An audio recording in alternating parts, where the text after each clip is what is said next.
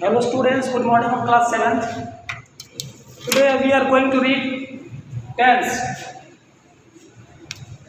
So at first, all the students you must revise verb form, because when we read for perfect tense or simple past, we need the usage of verb form. So you must read verb form at first before starting the tense. Now I am just going to introduce about tense, and till tomorrow all of you must revise verb form of tense. I am just going to ask some verb form. Try to write the meaning of these verb forms. First one is sing. Second one is fall. Third one is fail.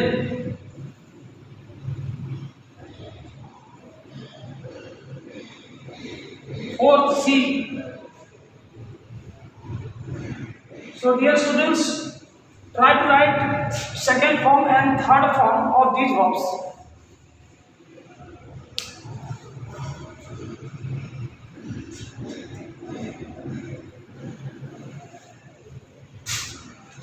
The second form of sing is sang, and third form is sung. Basically, we do mistake such types of verb form when V2 or V3 is different in meaning. कहने का मतलब हुआ कि जब verb का second form और third form का meaning spelling जब डिफरेंट हो, अलग अलग हो, तो हम लोग गलती उसी जगह पे करते हैं.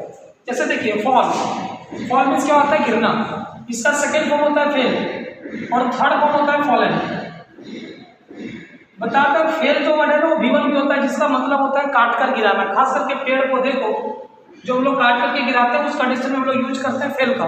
और इसका V2 फेल्ड होता है और इसका V3 फेल्ड. सी मीन्स देखना, इसका सेकेंड फॉर्म होता है सॉ और V3 होता है सी. सॉ का मतलब आरा से काटना. लकड़ी को पहले कारपेंटर लोग यूज करते थे, जिस समय ये एडवांस टेक्नोलॉजी नहीं आया था, ये सब आरा मशीन ये सब. तो आरा से लकड़ी को बीच में आरा से चीरना या फाड़ना, जो ये उस कंडीशन में यूज करते थे हम लोग सॉ. तो ये कहीं न कहीं डिफरेंट है और आपको ये याद रखना पड़ेगा. जैसे फाइंड का मतलब होता है पता लगाना, और इसका भी होता है फाउंड और V3 भी फाउंड. लेकिन फाउंड का मीनिंग बेस भी होता है, बुनियाद, किसी चीज़ की शुरुआत करना. तो स्टूडेंट्स, जब तक ये कन्फ्यूजन आप दूर नहीं करिएगा कि जो V2 है उसी मीनिंग में, सेम मीनिंग में V1 भी होता है, उसका मीनिंग डिफरेंट होता है, तो वहाँ पे आप अक्सर कंफ्यूज करते रहिएगा. जैसे एक छोटा सा example, hang, HANG, hang, HANG, hang. इसका देखिए दो मीनिंग होता है.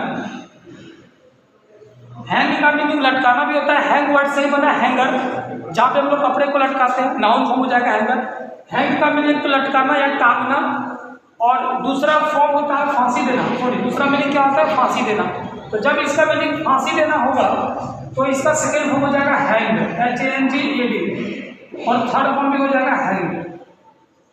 लेकिन जब किसी चीज को किसी जगह पे लटकाने का जहाँ मीनिंग देगा तो वहाँ सेकेंड फॉर्म होगा हंग, HUNG, हंग, और V3 भी होगा हंग. हम लोग कन्फ्यूजन इसी जगह पे करते हैं. इसीलिए आपको वर्ब फॉर्म भी याद रखना पड़ेगा. मैं पढ़ाने जा रहा हूँ आप लोग को टेंस, बट मैं ये भी बार बार कह रहा हूँ कि आप वर्ब फॉर्म को जरूर देखें, क्योंकि जब तक आप वर्ब फॉर्म को नहीं याद रखिएगा टेंस में आपको प्रॉब्लम होती रहेगा.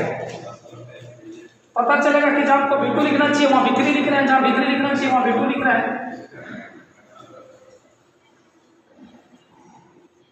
इसलिए सबसे पहले वर्ब फॉर्म को रिवाइज करें और कुछ बेसिक रूल्स सब बताने जा रहे हैं, उसको थोड़ा ध्यान से देखें. ऐसे टेंस की बात करें तो टेंस तीन होते हैं, प्रेजेंट, पास्ट और फ्यूचर. टेंस का टाइप तीन होते हैं, प्रेजेंट, पास्ट और फ्यूचर, और तीनों का चार टाइप होता है. टेंस तीन होते हैं, प्रेजेंट, पास्ट और फ्यूचर.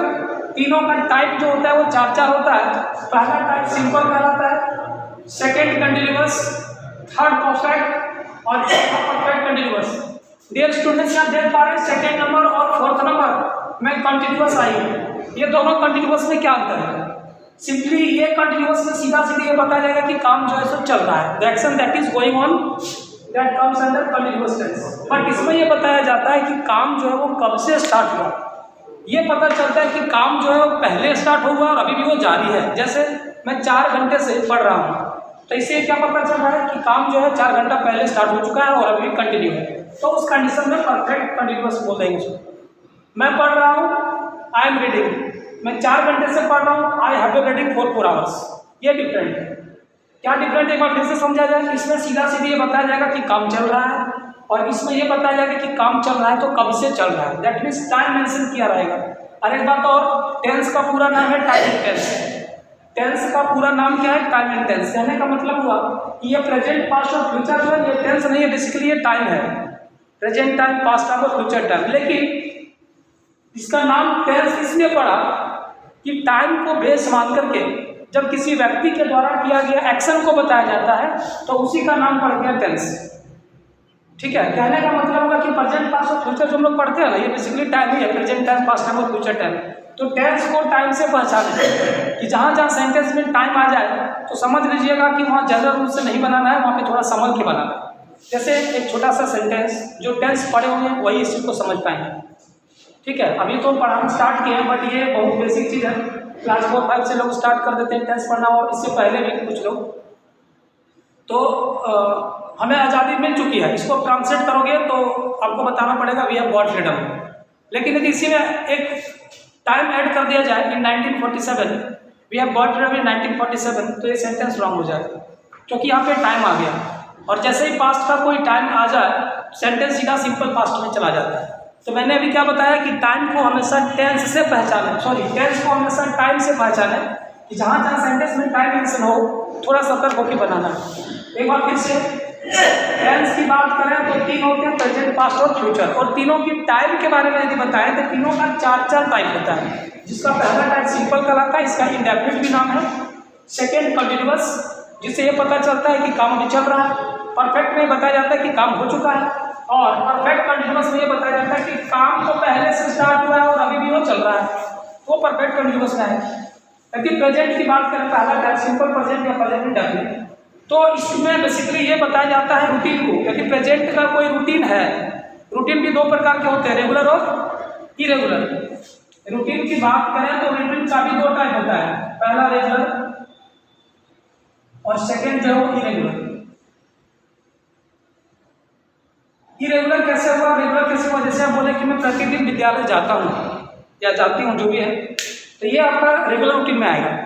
लेकिन आप बोल दिए कि हम साल भर में एक बार कभी घूमने जाते हैं बाहर, या आप ये बोल दिए कि साल भर में एक बार कभी मूवी देखने जाता हूँ या जाती हूँ, तो ये भी क्या है, ये भी एक रूटीन है, बल्कि रेगुलर है। तो रूटीन 2 प्रकार का, रेगुलर और इरेगुलर। तो रूटीन कोई भी हो, रेगुलर हो या इरेगुलर हो, ये यदि प्रेजेंट का है तो सिंपल प्रेजेंट टेंस में लिखेंगे। एक छोटा सा सेंटेंस जैसा मैं बोल दूँ इरेगुलर रूटीन का कि I go to Patna once in a year, साल भर में एक बार मैं पटना जाता हूँ। कब जाता हूँ नहीं पता, तो यहाँ भी एक रूटीन ही है कि साल भर में मुझे एक बार वहाँ जाना होता है। ठीक है, तो ये रेगुलर रूटीन में आ गया। लेकिन जो काम हम अक्सर करते हैं वो क्या आएगा, वो रेगुलर रूटीन में आएगा। हैबिट मीन्स क्या होता है, आदत। जब कभी भी मेरे अंकल यहाँ आते हैं, मेरे लिए मिठाई लेके आते हैं, यदि ऐसा सेंटेंस बोल रहे तो क्या पॉसिबल है कि इसको हम कंटिन्यूअस से आदत टेंस से बनाएं? उनकी आदत है, हैबिट है, तो हैबिट को हमेशा सिंपल प्रेजेंट टेंस में रखना चाहिए। यदि प्रेजेंट का हैबिट है तो हैबिट पास्ट का भी हो सकता है और आने वाले समय में भी कुछ हैबिट दूसरी हो सकती है। तो यदि प्रेजेंट का हैबिट है तो सिंपल प्रेजेंट टेंस में रखना है। प्रेजेंट का रूटीन यदि इंडिकेट करा है तो सिंपल प्रेजेंट। कोई ट्रूथ या फैक्ट है तो सीधा सीधे सिंपल प्रेजेंट टेंस में होगा।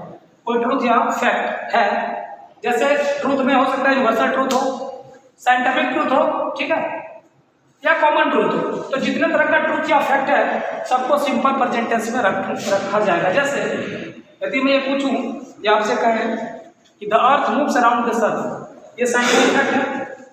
Water boils at 100 degree Celsius, पानी जो है बॉयल होना 100 डिग्री सेल्सियस से स्टार्ट होता है, ये भी आपका साइंटिफिक ट्रूथ है। ठीक है, कॉमन ट्रूथ सबको पता है कि मैन इज मॉर्टल।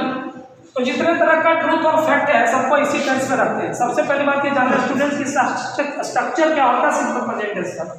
सब्जेक्ट के बाद वर्ब का बेस फॉर्म जिसको V1 बोलते हैं, और V5 सब्जेक्ट के बाद V1 या V5 का यूज करते हैं, और जब इसका नेगेटिव बनाना होता है तो सब्जेक्ट के साथ डू या does plus not plus V1 use करते हैं।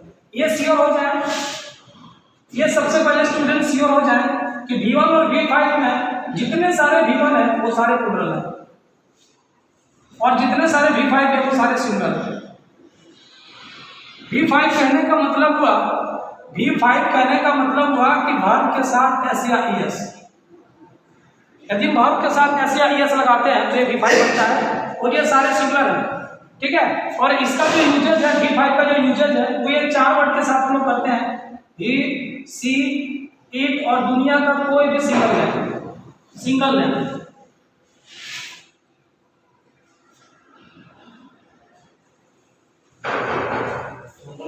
ही, सी, इट और दुनिया का कोई भी सिंगल नेम हो उसके साथ हम लोग V5 का यूज करते हैं, दैट मींस सिंगुलर वर्ब का। ही, सी, इट और कोई भी सिंगल नेम में चाहे वो लिविंग थिंग का हो या नॉन लिविंग थिंग का, ठीक है।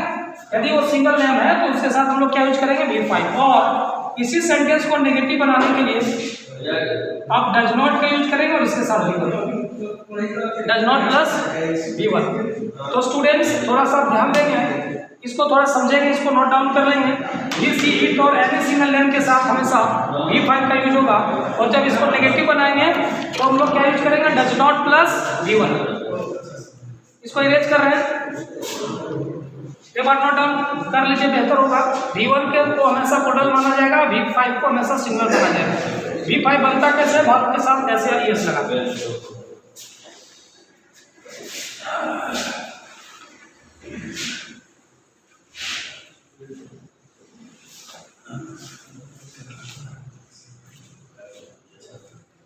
स्टूडेंट इसको नोट डाउन करना चाहते तो कर सकते हैं।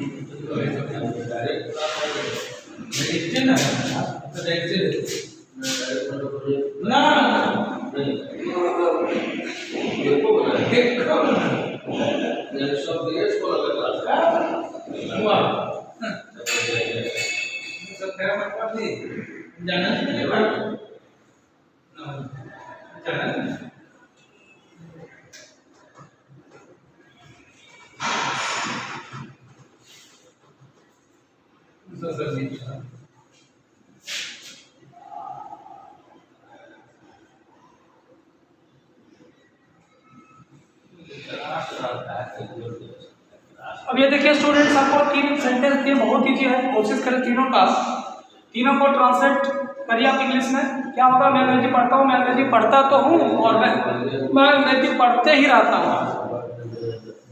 तो सबसे पहले मैं अंग्रेजी पढ़ता हूँ, ये तो बहुत ईजी है, I read English. Second one, मैं अंग्रेजी पढ़ता तो हूँ, ये देखिए एम्फसाइज किया जा रही है, तो हूँ वर्ड लग गया ना, मैं अंग्रेजी पढ़ता हूँ, यहाँ पे एक वर्ड ऐड कर दिया तो। मैं अंग्रेजी पढ़ता तो हूँ, दैट मीन्स ये सेंटेंस पे जोर डाला जा रहा है, सेंटेंस को एम्फसाइज किया जा रहा है। तो यदि सेंटेंस को एम्फसाइज किया जाए तो इसका स्ट्रक्चर बता दूं स्टूडेंट्स यहाँ पे कि सब्जेक्ट के साथ आपको देखना है कि डू लगे या डज, उसके बाद आपको V1 का यूज करना है, बाकी अदर वर्ड्स जो भी है वो यूज कर होगा। तो यहाँ पे मैं पढ़ता तो हूँ, मैं अंग्रेजी पढ़ता तो सबसे पहली बात देखिए, आई सब्जेक्ट है, आई के साथ डू या डज अभी मेंशन कर चुके थे कि 4 वर्ड, ही, सी, इट और एनी सिंगल नेम, यही 4 वर्ड है जिसके साथ आप हमेशा V5 का यूज करते हैं, ठीक है। बाकी जितने सारे हैं उसके साथ हम लोग V1 यूज करते हैं। तो यहाँ पे आई के साथ डू लिखेंगे, आई डू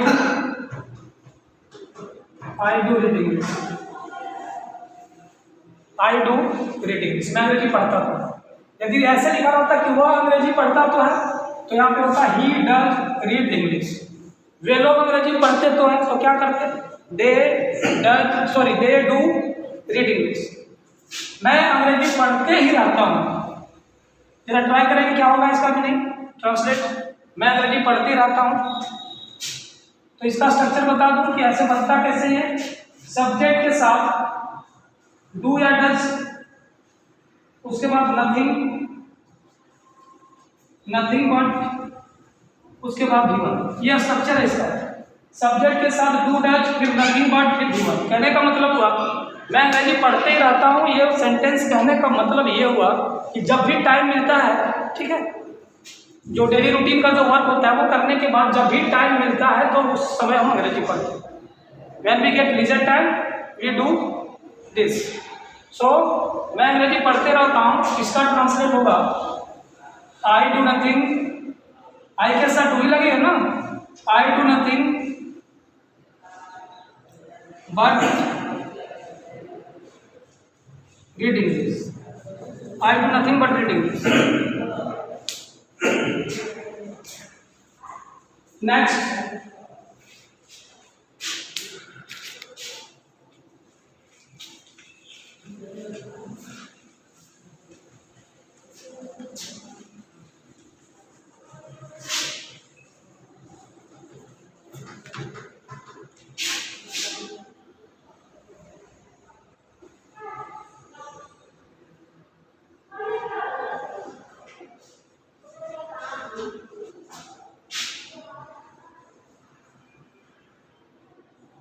मैं अंग्रेजी पढ़ना जानता हूँ। स्टूडेंट्स ट्राई करेंगे क्या होगा इसका ट्रांसलेशन। मैं अंग्रेजी पढ़ना जानता हूँ।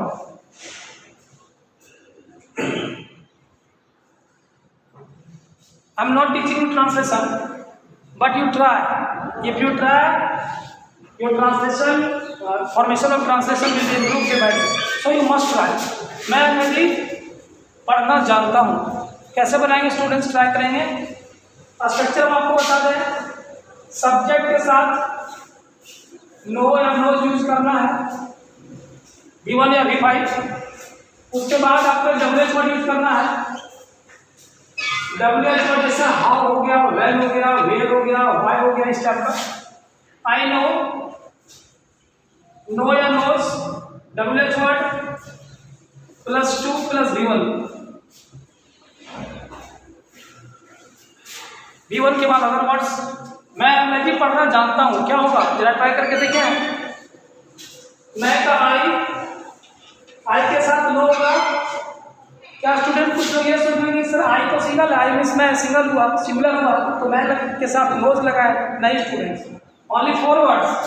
आपको माइंड में रखना है, सिर्फ 4 वर्ड ऐसे हैं जिसके साथ ही, सी, इट और any single name. Single name, he, she, it and any single names, यही 4 वर्ड है जिसके साथ हमेशा सिंगुलर वर्ब का यूज किया जाता है। बाकी आई के साथ जो कंसेप्ट है, पास्ट में यदि देखा जाए तो वाज वर्ब में आई के साथ वाज लेते हैं। बाकी प्रेजेंट में इज, एम, आर में से सिर्फ एम जो कि आई के लिए ही यूज किया जाता है। सिर्फ आई अकेला रहे तब एम का यूज करेंगे, ठीक है। हैज में हैव लेते हैं, डू डज में डू लेते हैं। इसलिए आई के साथ V1 यूज करें, आई नो। उसके बाद मैं अंग्रेजी पढ़ना जानता हूँ, I know how to read English. मैं अंग्रेजी पढ़ना जानता हूँ। सेम इसी टाइप का एक सेंटेंस मैं आपको दे रहा हूँ। मैं क्रिकेट खेलना जानता हूँ, ट्राई करिए। मैं क्रिकेट खेलना जानता हूँ, ट्राई करें स्टूडेंट्स। मैं सच बोलना जानता हूँ, मैं झूठ बोलना जानता हूँ। इस टाइप के सेंटेंस आप कैसे बनाएंगे। मैं सच बोलना जानता हूँ, ट्राई करिए, कैसे बनाओगे।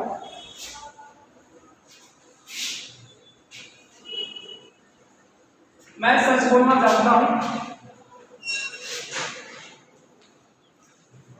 आई know.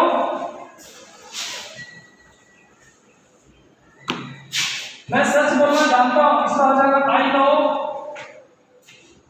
How to speak the truth. I know how to speak the truth. मैं झूठ बोलना जानता हूं, यदि ऐसा रहे तो I know how to tell a lie. झूठ बोलना क्या होता है, टेल अ लाई।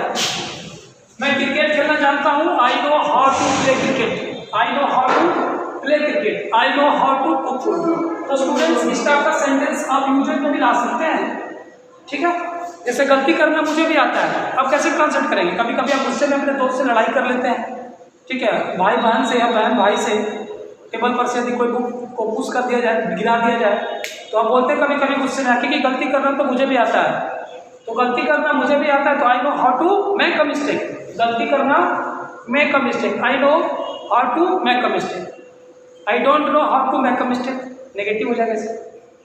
तो ये बहुत ईजी है और आप इसको यूजर में आप कोशिश करिए कि इसको यूज करें सेंटेंस को जब आपको जरूरत पड़े तो, क्योंकि कोई भी सेंटेंस का कंटिन्यू मेंटेन आप तभी कर सकते हैं जब उसको यूज करेंगे।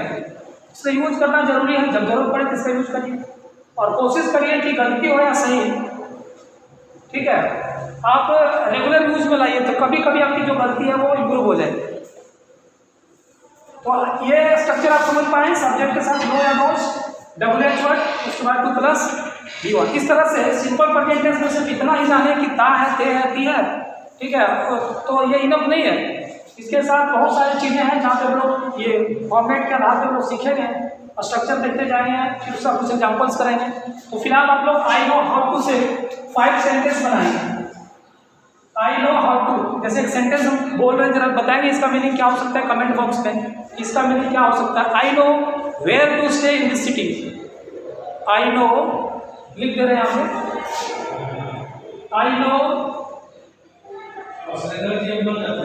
Where to stay in this city.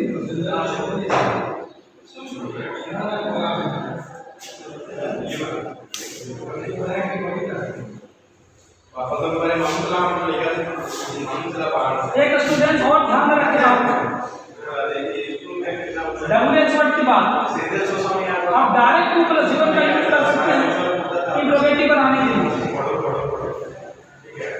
ये मैं इन्फिनेटिव नहीं पढ़ा रहा हूँ स्टूडेंट्स, लेकिन ये स्पोकन में आपको काम आ सकता है। जैसे क्या करूँ तो व्हाट टू डू, कैसे बोलूँ तो हाउ टू स्पीक, कहाँ जाऊँ तो वेयर टू गो। इस टाइप के सेंटेंसेस जो आपको स्पोकन में आपको काम आएंगे, छोटे छोटे सेंटेंस आप जरूरत पड़ेंगे।